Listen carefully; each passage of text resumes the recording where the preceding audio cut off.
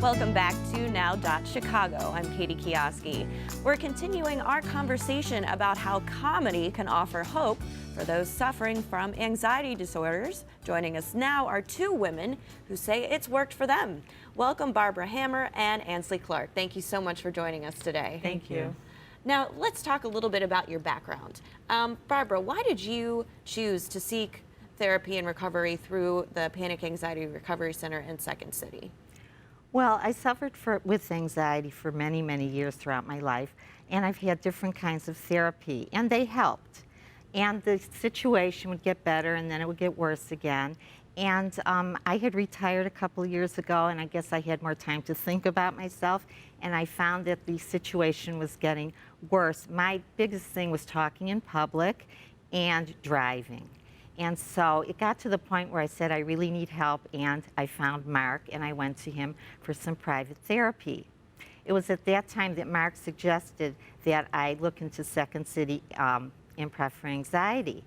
And at first I thought it was ridiculous for somebody my age to do something like this, but I thought about it and I saw some clips of it, and I decided, yes, I think I'll try it. And that's where this wonderful journey began for me. And what were give us some examples of when you were speaking in public or when you were driving, how were you feeling inside of people, to try to give people a better idea? Well, oftentimes I had complete panic attacks where I felt I couldn't breathe, I couldn't think straight, I felt like I might pass out, but I kept going. I would try to fight it, which is the worst thing that you really can do, is fight it. I learned that. And I would have trouble focusing, and so that caused me not to withdraw because I always wanted to try, and I didn't want it to keep me in the house, but I would be nervous even weeks before when I knew I had to do something, speak in public or take a trip.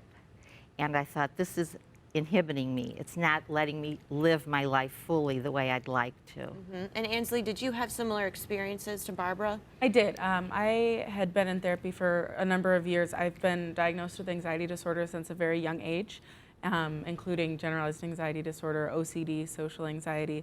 And my anxiety had gotten to the point where I had had to go to treatment multiple times to try to fight it, residential treatment, and I was just having not a ton of success in getting my life back.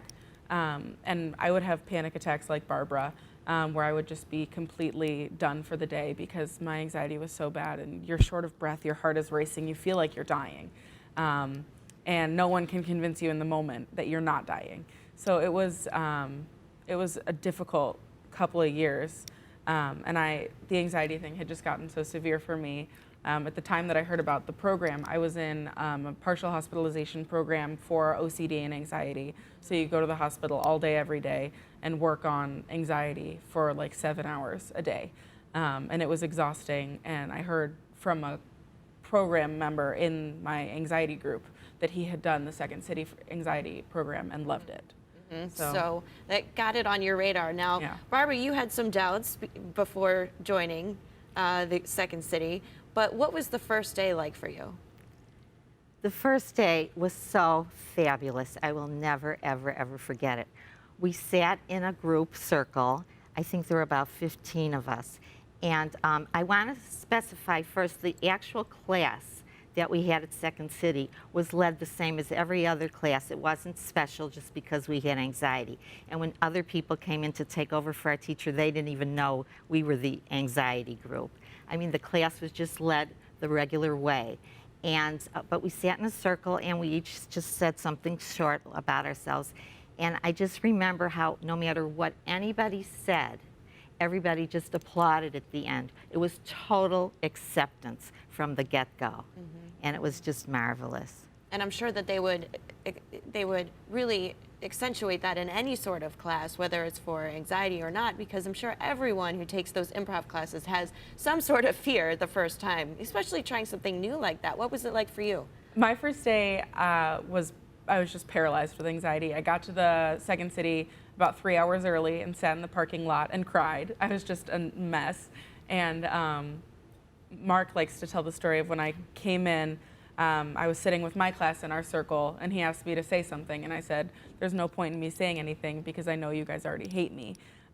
because that was my social anxiety, and that exquisite sensitivity to others was just so heightened at that moment that I was certain that there was nothing I could do to make these people like me. But like Barbara said, the class was so accepting. I said that and I got applause, and they were like, no, we don't. We don't hate you. And it was just such a warm, inviting environment that I was willing to go back the next week and the next week and the next week. Now, was there a defining moment in the class, learning these skills and having fun, and that really turned things around for you? I think the defining moment was through the support groups that we had after the class.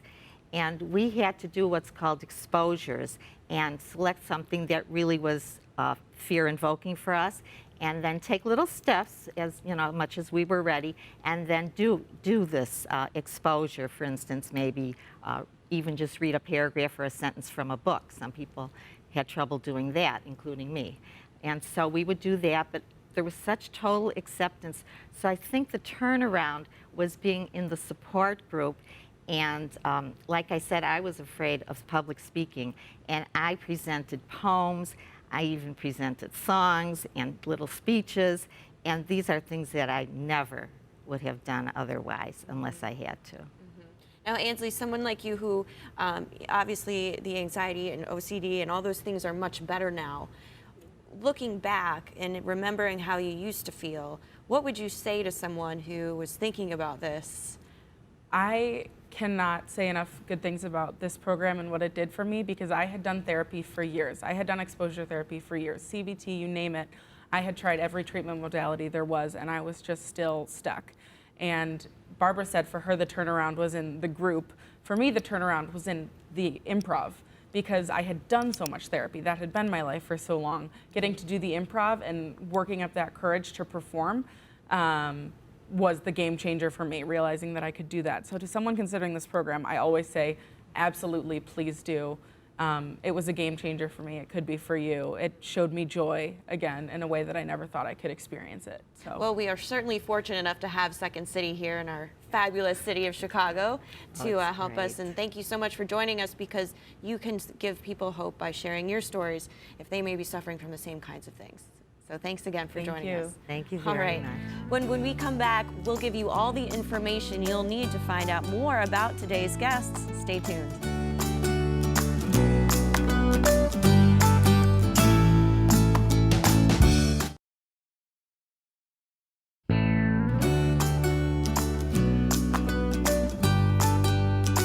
A big thank you to our guests on today's show, Colleen and Mark Kissel of the Pediatric Oncology Treasure Chest Foundation.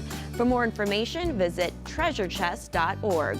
And thank you to Mark Pfeffer, Director of the Panic Anxiety Recovery Center. For more information there, visit beyondanxiety.com. Now, for more information on the Second City Training Center, visit secondcity.com. And of course, we want to thank Barbara Hammer and Ansley Clark for sharing their inspiring stories. Good luck to you, ladies. Well, that's all for now. We'll see you next week right here on Now.Chicago.